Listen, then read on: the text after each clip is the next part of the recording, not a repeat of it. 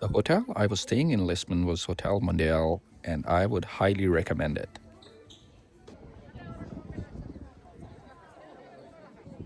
Last day in Lisbon, I walked up the Alfama district. It's pretty uphill and quite a climb, but definitely worth it. While walking uphill, I reached Rua Sao Tome, where you would see the mosaic of the famous Fado artist. And then I grabbed a coffee from the folks, which is a very nice hole in a wall style coffee shop.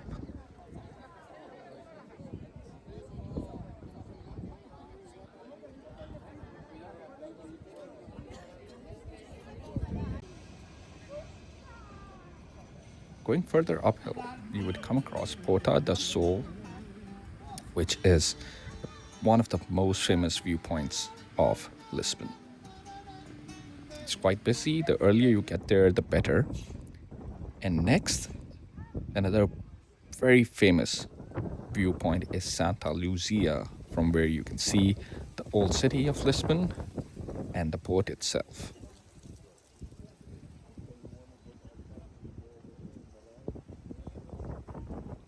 You can get there through a tuk-tuk or by riding on the famous vernacular.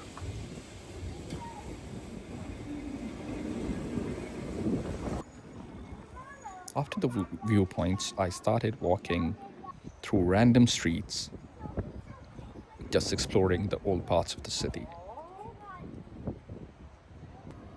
Again, you can get anywhere throughout the old part using the vernacular. I preferred walking through because the weather was really amazing. And I ended up at the famous Bank Street, which used to be the red light area in the past, but is now known for the nightlife in Lisbon. It's definitely worth checking out in the morning, even if you're not, into parties and nightlife. The food here is pretty decent, and there are quite a few small cafes.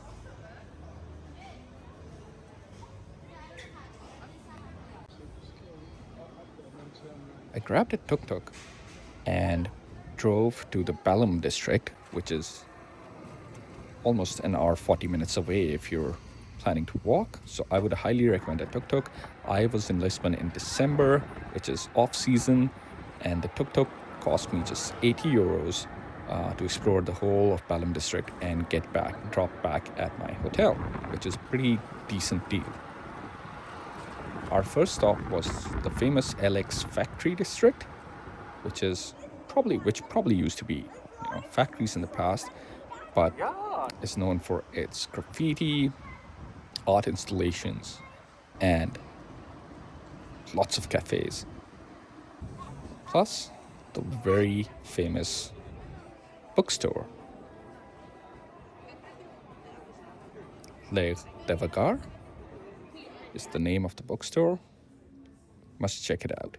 Next stop was the Jerónimos Monastery, which was closed from the inside for renovations, and Vasco da Gama, amongst other historical figures, is buried here. From there, we headed to Belém Tower, where you'll first see the Plaid, which crossed the Atlantic in the past. So it's a pretty historic replica of the plane. Then we see the Belém Tower again. The tower was being renovated because this is the off-season. It's on the Tagus River where it meets the Atlantic Ocean.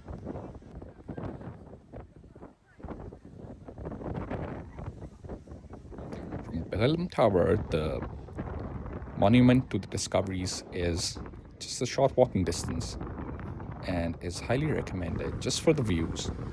You can see the 21st April Bridge from here and Vasco da Gama's sculpture leading his fellow sailors out to discover the world.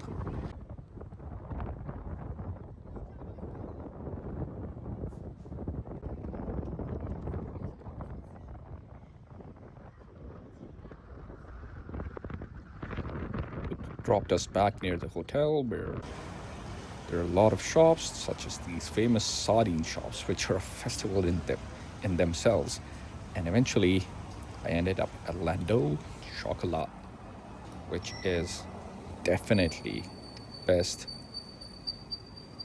chocolate cake shop in the world.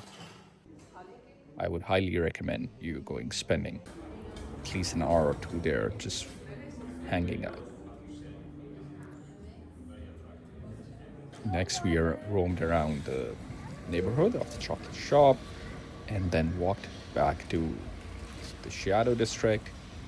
There were the Christmas markets and just enjoyed, walking around Rua Augusta, which is the famous street in Lisbon.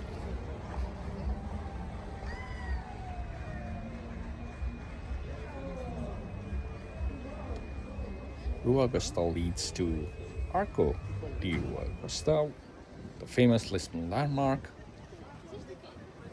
It's a historic archway with 6 pillars and is adorned with famous historical figures such as Vasco da Gama and the king who rebuilt Lisbon after the 1755 earthquake.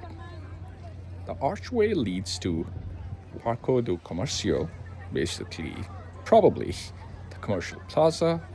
That's where I hung out for some time and headed back to my hotel. The rooftop of Hotel Mundial is definitely worth visiting for its beautiful views of the city. And that's it. Thank you so much for watching. Please like and subscribe.